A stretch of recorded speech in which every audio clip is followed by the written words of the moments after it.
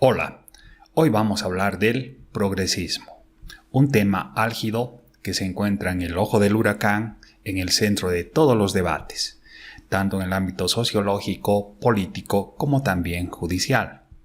Desde esta perspectiva entenderemos que el progresismo es, más que una línea ideológica concreta, un relato general del mundo, algo a lo que algunos llaman metarrelato, es decir, una forma de observar, explicar y proyectar grandes totalidades, procesos y fenómenos humanos complejos en su integridad. Es por ello que trasvasa posicionamientos políticos concretos del más diverso cuño, a la par de fundamentarlos bajo formas e intensidades variables. Entonces, no es extraño hablar o escuchar hablar de progresismos tanto de derecha como de izquierda, pero también de centro, que sería en mi concepto su espacio natural. Asumiremos en el análisis una perspectiva histórica, desde la que es posible identificar un progresismo de origen, al que denominaremos clásico, que se cimenta en un carácter racional objetivo, pues se fundamenta en el positivismo científico que sostuvo la Ilustración y las revoluciones industriales. Explica los avances y los límites de la humanidad en una realidad externa ajena y preexistente al propio observador. Por lo mismo, asume una lógica de cambio con un cierto nivel de mesura, modestia y cautela frente a los avances tecnológicos, imponiendo ciertos reparos de orden ético, epistemológico e inclusive biológico. En el desarrollo histórico de esta línea de pensamiento surge por escisión del progresismo clásico una corriente posmoderna, cimentada ya no en lo objetivo, sino más bien en la racionalidad idealista, alejándose en este sentido de los límites emergentes de la pretensión de objetividad que sostiene al concepto de ciencia y su rigurosidad metodológica. Ingresa francamente al activismo político, enfocándose en acelerar el cambio social, para lo que adopta una agenda de transformación que podría verse como más fácil y expedita, es decir, desde arriba, desde la idea o ideología, hacia abajo, a la realidad material, cambiar el mundo a partir de la idea. Por ello promueve la toma de los aparatos ideológicos estatales, asumiendo a la norma y a la acción burocrática como instrumentos que, desde arriba, en base a la autoridad pública, impongan esos anhelados cambios. La lucha cultural para algunos. Hay distorsiones cognitivas que pueden afectar la aplicación del progresismo en su matiz posmoderno. En primer término, el fetichismo de la novedad, que señala o que toma la percepción de que el pasado y el presente siempre fueron y serán peores que un prometedor futuro. ¿Y quién define el futuro? Pues los propios humanos, con sus ideas, con sus ideologías. Y que, con los avances científicos, los que no desdeñan en su matiz instrumental, es posible construir a la medida de exigencias humanas máximas. Son, en esta perspectiva, sus cultores maximalistas, por lo tanto, utópicos, generan una utopía de mundo a la que apuntan todas sus acciones. Y ello les lleva a asumir una visión meramente instrumental de la ciencia y la tecnología, y no como dispositivos epistémicos y éticos para conocer mejor el mundo y tomarse su tiempo en ello, y luego actuar pausadamente en consecuencia.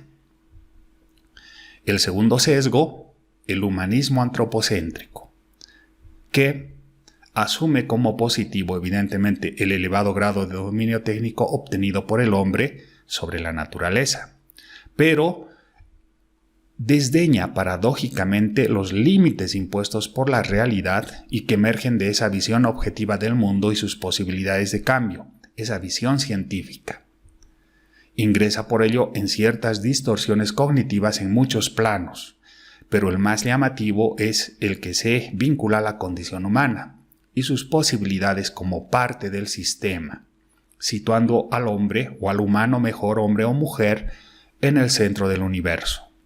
Una suerte de semidios que construye el mundo según se lo imagina. Alguno diría maliciosamente según sus conveniencias. El tercer sesgo, el pseudocientifismo. Finalmente, todo progresismo emerge de esa visión racional del mundo. Son hijos de la Ilustración.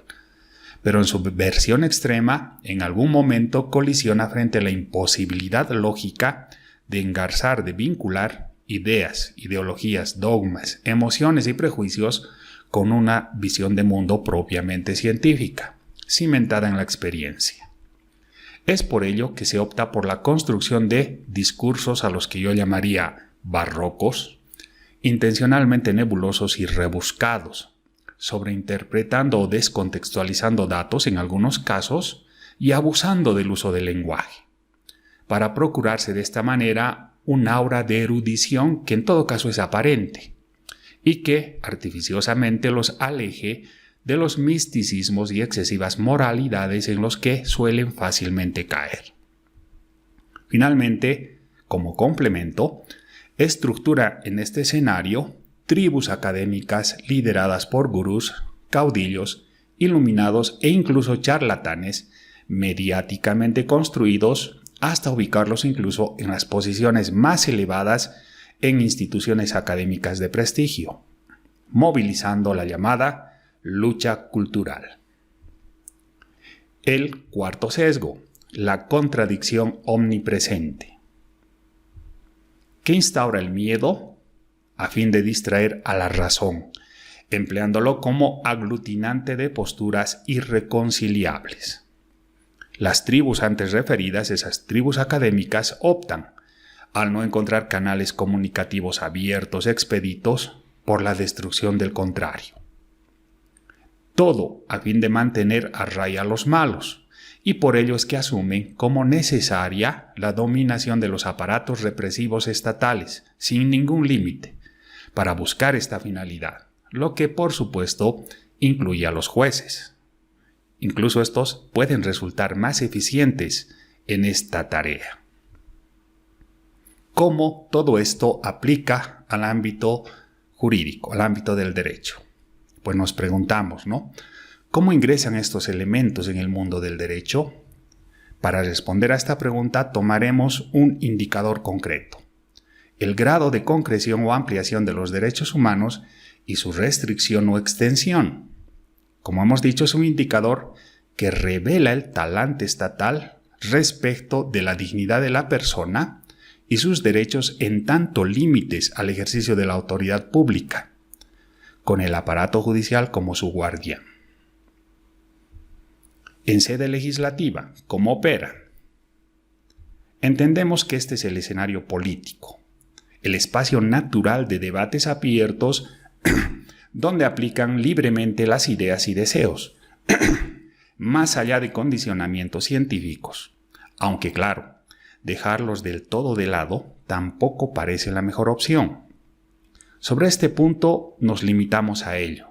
Sin embargo, creo que es importante especificar un aspecto concreto: la extensión y profundidad del catálogo de derechos que suele definirse en este ámbito, que puede emerger de procesos constituyentes, como en el caso boliviano, que se amplía legislativamente hablando y finalmente se concreta en la función ejecutiva.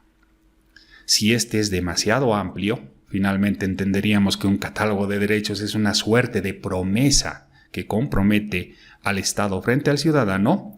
Si no se cumple, puede llegar a saturar todo el sistema, con riesgo de implosión. ¿Qué ocurre en sede ejecutiva? La cosa aquí es un poco distinta, pues en el ejercicio de sus atribuciones la burocracia tiende a imponer la primera corriente, es decir, la racionalidad objetiva. ¿Y por qué ocurre esto? Pues es necesario en el ámbito de la concreción de la función estatal equilibrar los intereses estatales que representan supuestamente a los intereses de la colectividad frente a los egoístas intereses del individuo. En este sentido, un burócrata es un equilibrista, ¿no?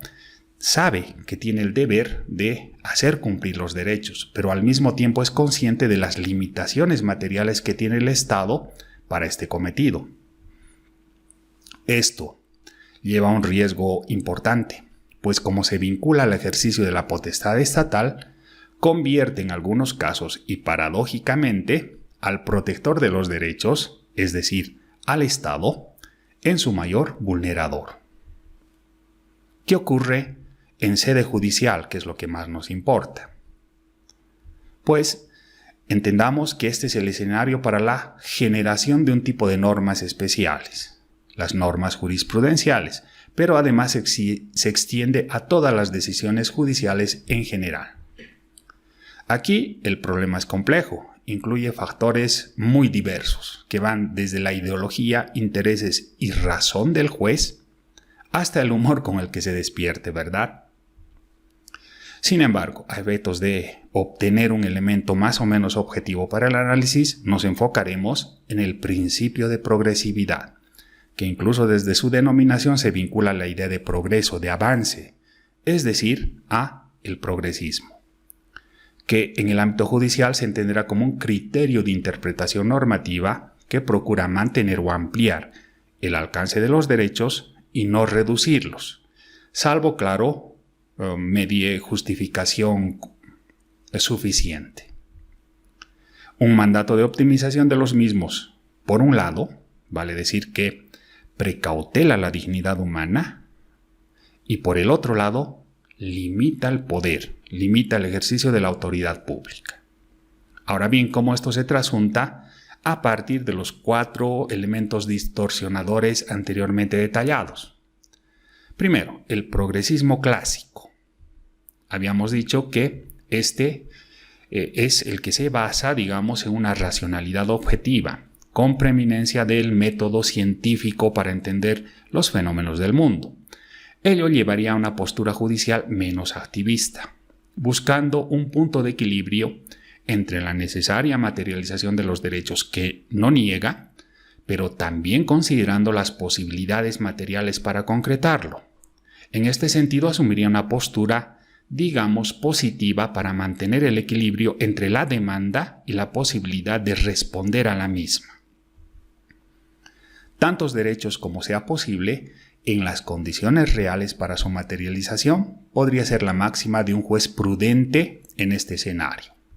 El riesgo, pues, lo obvio, vaciar de contenido a los derechos y justificar en ocasiones restricciones arbitrarias, además de evitar responder a los cambios que inevitablemente se producen en toda sociedad. Esto ya sería en un extremo que quizás lindaría en ideas conservadoras. ¿Qué ocurre con el progresismo posmoderno en el ámbito judicial? Pues algo similar a lo ya dicho. Habíamos señalado que la base de este progresismo posmoderno es esencialmente constructivista. Y esto hace que en el fondo reniegue, no sin cierto disimulo, de las limitaciones propias de las reglas de la lógica y la ciencia, pero también de las reglas de la función judicial. Reniega de las regularidades objetivamente observables en el mundo. Esto en su versión extrema, claro, arriesgándose a caer con cierta facilidad en los 4 extremos negativos ya notados, en los que suelen incurrir las versiones extremas del progresismo posmoderno en general. Y esto nos puede llevar al direccionamiento del indicador que estamos tomando como referente, del principio de progresividad en las decisiones judiciales. Veamos cómo ingresa el fetichismo de la novedad en la psique del juez y que va a definir la forma en la que va a ejercer su función. Pues se trata de ir hacia adelante, ¿verdad? A un mundo mejor, un futuro mejor, cuya bondad es definida, subjetiva y a veces acríticamente, solo por su carencia de antecedente en el pasado. Algo así como un dogma de fe. El futuro siempre será mejor, pero para ello hay que hacer algo, ¿no?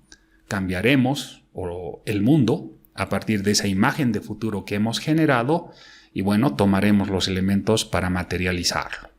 Entonces, esto puede llevar a un juez a que tienda a legalizar con sus resoluciones o adoptar en sus decisiones cuanta cosa se le presente como innovadora. Un hecho o corriente, entre comillas, de avanzada, ¿verdad? ¿Cómo opera el humanismo antropocéntrico?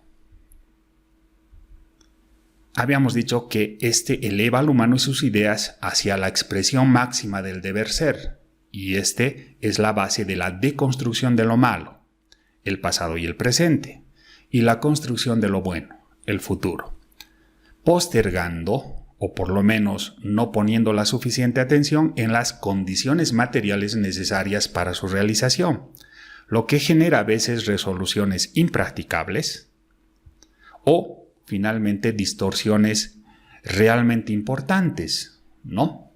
Algo así como el viejo dicho: hay que hacerlo, ya las cargas se arreglarán en el camino.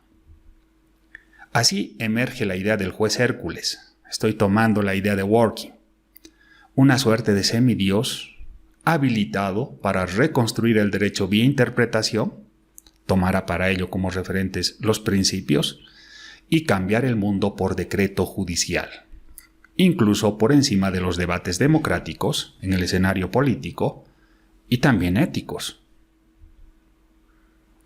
En este sentido, el juez debe deshacerse de las limitaciones que le impone el arreglo republicano, que vincula o se vincula a la separación e independencia entre órganos del Estado, tomándolo como una rémora que impide su participación, es decir, la participación del juez en los necesarios cambios políticos. Por lo tanto, a partir de ello puede fácilmente un juez politizarse. El pseudocientifismo. En este caso aplica un cierto pseudocientifismo cimentado en los valores, pues al no encontrar base científica favorable para sus proyecciones ideológicas, el juez puede verse en la tentación de subirse a la ola axiológica de moda, que suele dar rienda suelta a construcciones discursivas enredadas y envueltas en un celofán de erudición para justificar sus decisiones o ciertas decisiones cuando menos cuestionables. Finalmente, la contradicción omnipresente, que hace que, en el plano judicial, se opte por la creación artificial de contradicciones insalvables que generan los llamados casos difíciles y acaso casos trágicos donde en realidad no los hay. Con ello, lo que logran es abrir espacio para justificar medidas de emergencia, medidas interpretativas, además, entre comillas, de avanzada, liberándose de las reglas lógicas o acaso distorsionándolas a fin de lograr unos determinados fines vinculados a ese ideal etéreo de justicia. ¿Y quién define la justicia? Pues, ideologías e intereses. ¿Qué concluimos de todo esto? Pues muchas cosas, ¿no? Yo me quedo con 3 elementos para la reflexión. En primer término, en su versión liberal clásica, el progresismo responde a las ideas de la Ilustración y la revolución del conocimiento. Y en este sentido solo encontrará límites en precisamente ello, en la realidad, pero además una realidad contemplada bajo ciertas reglas, bajo ciertas pretensiones honestas de objetividad, con cierta rigurosidad científica y lógica. Incómoda, ¿no?, para el cambio, pero necesaria, juzgo yo. Sin embargo, esto ya en sus vertientes extremas, principalmente en la perspectiva posmodernista, racional idealista llevada a la radicalidad, puede producir los efectos negativos que hemos anotado antes. Hay que tener cuidado en ello. Finalmente, creo que todos vamos a estar de acuerdo que el escenario judicial debe ser el espacio natural de la prudencia, para el encuentro de la razón, las normas, el deber ser, que finalmente tienen un origen, ¿por qué no?, político, con los hechos, la realidad, el ser de las sociedades y las situaciones concretas de los seres humanos, de los ciudadanos. Ni tan frío que congele, ni tan caliente que escalde, todo en su justo medio. Creo que estos son algunos elementos iniciales que nos pueden llevar a un debate necesario, a un debate que nos va a abrir puertas en vez de cerrarlas.